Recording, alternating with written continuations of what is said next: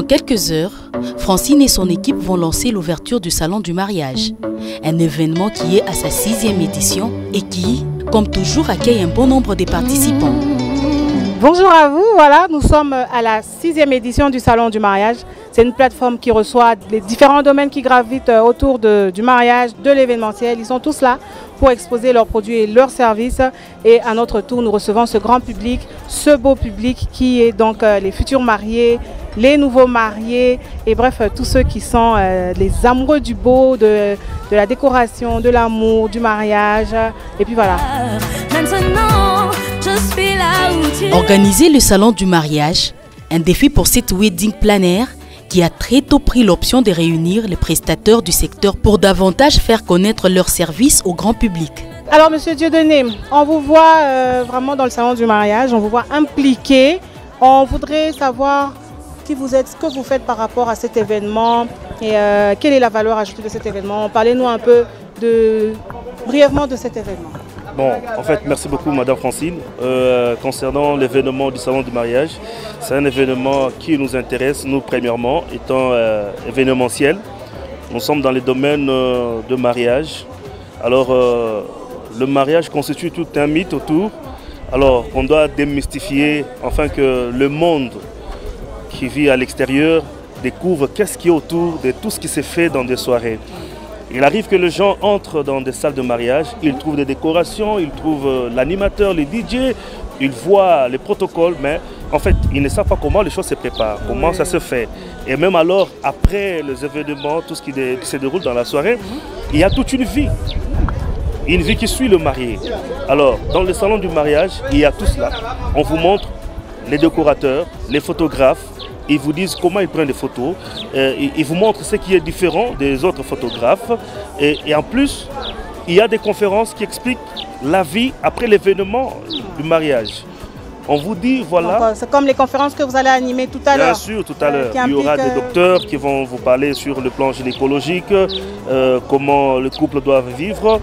En fait, ce sont de bonnes choses que je ne saurais pas étaler ici parce que je ne suis pas du tout gynécologue. Mais en fait... je donne le goût à ceux qui nous suivent de venir découvrir qu'est-ce que les gynécologues vont vous dire après la cérémonie du mariage. Ils sont service traiteurs, décorateurs, boutiques spécialisées en robes et accessoires de mariage, maquilleuses, salons de coiffure et autres prestataires événementiels qui entrent dans la préparation de mariage. Nous faisons les tours et très vite nous découvrons les spécialités de chacun d'entre eux. Nous faisons la décoration de la voiture qui a pour thème chic et beau. Ah, il y a même une thématique sur la voiture. Oui, oui. Par la thématique, nous voyons les couleurs chic intervenir. Nous voyons la couleur jaune et la couleur blanche. On voit que vous vous donnez quand même à cœur joie. Alors, qu'est-ce que ça représente pour vous ce métier? Bon, c'est d'abord un métier que j'aime beaucoup. Aussi, c'est un métier qui m'a ouvert aussi beaucoup de portes, qui me pousse aussi à faire beaucoup de recherches par rapport aux tendances du moment. Ah, ok. Donc là, il faut vraiment suivre les tendances. En parlant de tendances, ce qui règne maintenant, c'est Covid. Covid aussi a créé une tendance. Donc vous, je ne sais pas comment vous avez réaménagé votre boulot, votre façon de faire. Comparé à ce que Covid vous a aussi un peu perturbé. Et comment vous avez réaménagé? Oui, nous signalons qu'avec la venue de la Covid, nous sommes sentis obligés de vivre avec et nous adapter au moment présent. Avec ce que nous traversons comme moment, par exemple avec la situation du couvre-feu, les fêtes ne vont pas au-delà de 22 h. Ah oui, maintenant c'est des fêtes de jour, n'est-ce pas? Oui, oui, ah voilà, les ballons qui éclatent, que la fête commence. Oui, avec les fêtes des jours, nous sommes obligés de nous adapter. Donc, on met un accent sur le beau pendant la journée. Ok, pour essayer de faire ressortir la beauté. La beauté, oui, pendant la journée, parce que surtout que là, nous utilisons aussi la couleur dorée. La nuit, elle ne sera pas vue. Alors, on accentue sur le beau pendant la journée. Donc voilà, je pense que vous avez compris, vous voulez vous marier, le beau c'est important sur tous les plans. Non seulement la salle, non seulement la robe que vous portez, mais aussi la voiture qui vous transporte. Le bon Dieu et les hommes, il a décidé de faire de moi sa femme. Et vous voyez avec des fleurs, c'est pourquoi ça? C'est pour avec ces florales l'hiver. Florales l'hiver, c'est toujours les fleurs. On aime les fleurs. On décore rien qu'avec les fleurs. T'aimer, toujours mon bébé, oui je vais t'aimer, t'aimer, t'aimer, t'aimer, t'aimer, t'aimer. My heart belongs to you. Longela miye, Nathan Diwa. I love you bébé. Et dingue t'habiller, Merkawo. Je ne sais plus quoi dire pour t'expliquer. Je suis en train de maquiller le mannequin qui doit représenter les mariés. Un mariage du jour. Voilà. Avec cette pandémie, il n'y a plus de soirée, comme c'était à l'époque. Il n'y a que de fêtes de jour. Voilà. Nous faisons un mariage de jour pour la mariée. C'est mon tour devant Dieu et les hommes. Il a décidé de faire de moi sa femme. Les participants ont, eux aussi, eu droit au même accueil. Visite des stands avant les débuts du défilé prévu et de la conférence. À l'heure du défilé, l'animateur prend place sur scène et l'ambiance change de tendance. Une sorte de fashion show avec de petites animations entre les deux sorties. Mon bébé, oh, mon amour, tu es la source de ma joie. Tu as donné un sens à ma vie, je ne peux plus vivre loin de toi. Le bon Dieu sait combien de fois je suis fou de toi. Dans tous les combats de ma vie, ton amour m'a donné des ailes. Tu es une bénédiction, dodo, tu es mon cadeau du ciel. Jusqu'à mon dernier jour, je promets de te chérir. Devant tes parents, devant tes amis, je te le dis. Laisse-moi t'aimer. Je promets de t'aimer.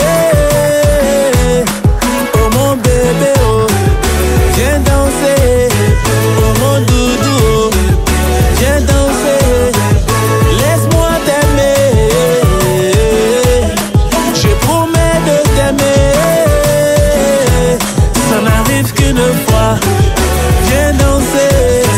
Oh mon bébé, oh, viens swinguer.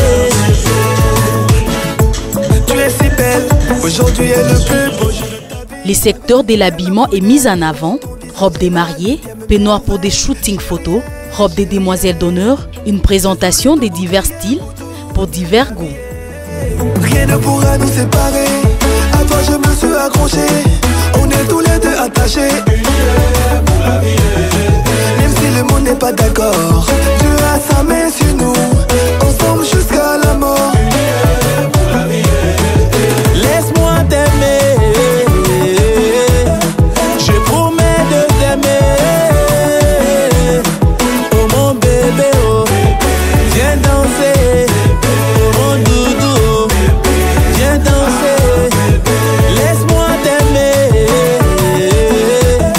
Je promets de t'aimer. Ça n'arrive qu'une fois. Viens danser. Oh mon bébé, oh, viens swinguer.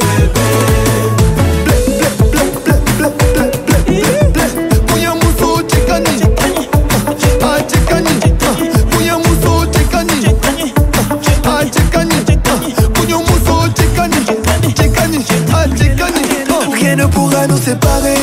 À toi je me suis accroché. Depuis près de 6 ans, le salon du mariage s'est imposé comme une plateforme incontournable pour mettre en relation demandeurs et fournisseurs des services, mais pas que. La vision devenue plus large, les organisateurs ont pris l'option de s'étendre sur la vie après le mariage. Une décision qui implique l'association des conseillers matrimoniaux, médecins, psychologues et autres corps des métiers qui apprennent aux époux à surmonter les difficultés très récurrentes dans la vie de couple. Le régime le plus sectaire, je dirais, c'est la séparation de biens pour l'instant. C'est vrai que là, c'est des frustrations de pleurer. Mais même quand on est en régime de séparation, rien n'empêche dans le mariage de donner quelque chose à son épouse en son nom à elle. Vous voyez, donc il y a toujours moyen de réparer. Et puis, ça c'est le principe, mais il y a des conventions à faire. Ça peut être, je peux être moi en séparation de biens, mais je donne mandat à mon mari de gérer mes affaires. Parce que je n'ai pas eu le temps de le dire, parce que les revenus du ménage, le ménage, on doit le gérer ensemble. Chacun contribue. On peut se faire des cadeaux. Donc pour ça, franchement, vous avez des problèmes, vous cherchez des conseillers, quelqu'un qui va expliquer avec l'épouse, de vous expliquer avec les deux, ce que ça implique vraiment. Ça ne doit pas être un frein pour se marier. L'attachement, c'est un lien affectif qu'un enfant établit dans le bas âge avec une personne adulte qui lui procure le sentiment de sécurité. Et cette sécurité particulièrement, elle est d'ordre émotionnel. C'est lorsqu'on procure affection et réconfort et que ce réconfort a un impact sur la confiance que l'enfant a envers la personne qui lui donne des soins et ensuite envers elle-même. Vous pouvez voir sur cette image que ces deux tourtereaux sont vraiment dans le confort et se sentent vraiment en sécurité l'un à côté de l'autre. C'est comme je le disais, cette sécurité émotionnelle remonte de nos expériences relationnelles pendant l'enfance. Notre première base relationnelle, notre première base expérience relationnelle, c'est avec la figure d'attachement qui est en général la mère. Et après, on peut avoir des exceptions où ce n'est pas la mère, c'est peut-être une tante, c'est peut-être la nounou, ou soit une mère de substitut lorsque cette dernière n'est pas présente. Alors il existe plusieurs types d'attachements que l'enfant établit comme bien, et il en existe 4 à l'enfance. Aujourd'hui, nous n'allons pas parler des types d'attachement à l'enfance, mais nous aimerons vous signaler que ces types d'attachement se développent et correspondent à 4 styles particuliers chez l'adulte. Donc nous avons le style sécure. Nous avons le style sécure. Une personne sécure, c'est une personne qui a en général une vision positive de la relation. C'est une personne qui se sent en sécurité et qui a une grande zone de tolérance du point de vue relationnel. C'est une personne qui est plutôt indépendante et équilibrée du point de vue émotionnel. Il est à l'aise dans l'intimité également. Ensuite, nous avons ensuite l'adulte anxieux soucieux. C'est un adulte qui recherche en permanence un niveau d'intimité élevé. Il est très exigeant du point de vue émotionnel. Il recherche plus de contact. Il se montre excessivement dépendant.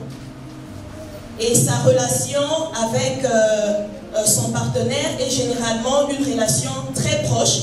C'est là qu'on a le type de couple fusionnel. Nous avons ensuite l'adulte distant évitant, qui est plutôt le contraire du premier. Il préfère être indépendant. Il n'aime pas s'engager. Il n'est pas très investi affectivement. Il n'aime pas le contact intime et en général reste distant du point de vue émotionnel. Vous pouvez vous énerver, mais ne péchez pas. Que le soleil ne se couche pas sur votre état d'irritation. Donc on peut s'énerver dans le couple, on est naturel, mais on se débrouille toujours pour qu'il n'y ait pas de conséquences. Vous savez combien de gens qui sont en prison aujourd'hui pour avoir posé des actes sous l'effet de la colère? Même nous, quand nous sommes au volant, un coup de colère, on tue quelqu'un. Combien de cicatrices on peut faire à l'intérieur ou à l'extérieur sous le coup de la colère? Il y a la colère, il y a aussi la jalousie. La jalousie, c'est source de beaucoup de problèmes. Et la jalousie, c'est normal. C'est aussi naturel. Dans un couple, bon, même Dieu, c'est un Dieu jaloux. Ceux qui lisent la Bible le savent. Je suis votre Dieu, voilà, vous devez adorer qu'un seul Dieu, voilà. Moi aussi, je le dis à ma femme. D'abord, on commence avec l'infertilité. On doit savoir qu'il y en a 2 types d'infertilité. Il y en a l'infertilité première, c'est l'absence de la grossesse après au minimum d'une année, après fait des rapports sexuels régulièrement, non protégés, chez une femme qui n'a jamais eu de grossesse. Le deuxième type d'infertilité, c'est l'infertilité secondaire, c'est la même chose, mais chez une femme qui a déjà eu une ou plusieurs grossesses dans le passé. Moi, j'ai insiste ici par rapport qu'on doit commencer à chercher les problèmes après une année de faire avoir des rapports sexuels non protégés régulièrement. Pour ça, il y en a des couples qui viennent chez nous consulter après quelques mois de mariage. On ne doit pas avoir déjà le stress déjà après le mariage et on doit avoir des enfants rapidement. Oui, vous avez raison, mais on doit toujours patienter. On doit commencer à chercher la cause normalement médicale après une année de mariage. En général, la cause d'infertilité, il y en a 30% d'infertilité féminin, il y en a aussi 30% d'infertilité masculine, il y en a 20% des causes mixtes entre les femmes et l'homme, et il y en a encore aussi 20% de la cause non expliquée. Donc, on s'appelle ça médicalement idiopathique. Donc, on ne connaît pas, même les médecins, on ne connaît pas la raison. On a déjà dépassé le temps. On vous apporte deux questions. Un garçon et une femme. Quelles sont les quelques maladies mentales par rapport à la thématique qui a été formulée? Quelles sont les quelques maladies mentales qui peuvent dérouler d'une telle union? Alors la seconde question, c'était justement votre chute. Est-ce réversible? Oui, réversible. Parce que vous avez dit, dans une telle situation, on peut faire recours des psychologues. Vous, déjà, vous êtes dans la salle. Pensez-vous vraiment que c'est facile de résoudre une telle difficulté? Dans le style d'attachement, parmi les résolutions d'un bon style d'attachement, il y a aussi la construction d'une bonne estime de soi. Alors on peut arriver dans un couple où le partenaire, plutôt que de nous valoriser, laisse notre estime. Et quand on commence à avoir une faible estime de soi, et ensuite on commence à culpabiliser par exemple pour le choix que l'on a fait, pourquoi j'ai fait ceci, pourquoi je me retrouve ici, et tout ça, ça peut avancer, évoluer en une dépression. Ou soit on peut avoir un trouble anxieux. Les troubles anxieux, il y en a beaucoup. C'est un peu comme une forme d'anticipation, de peur de l'avenir. Finalement, je vais où? Qui est-ce que je suis? Et si je me séparais de lui, qu'est-ce qui va se passer? Vous voyez, là, on se projette en fait dans le futur et facilement on peut développer un trouble anxieux. Un trouble de personnalité aussi, on peut développer ça parce qu'on a chacun une structure de personnalité qui peut avoir des traits, qui s'accentuent suite à ce que l'on vit dans le couple. L'assistance a pris l'habitude de ces exposés, le regard et l'attention fixés sur l'orateur, tout et même des vieux routiers, se donnent encore la peine d'apprendre certaines subtilités de la vie de couple. Organisé une fois tous les ans, le salon du mariage reste un cadre d'échange et de découvertes qui apporte une série d'avantages aux participants sur la tenue, aussi un accès à une éducation sur la vie conjugale pour réussir sa vie de couple. Francine Kabengele, qui en est l'initiatrice, s'est également lancée dans la production périodique d'un magazine écrit dénommé La mariée congolaise. Une brochure qui allie astuces, découvertes, analyses et présentations des acteurs importants du secteur du mariage en RDC.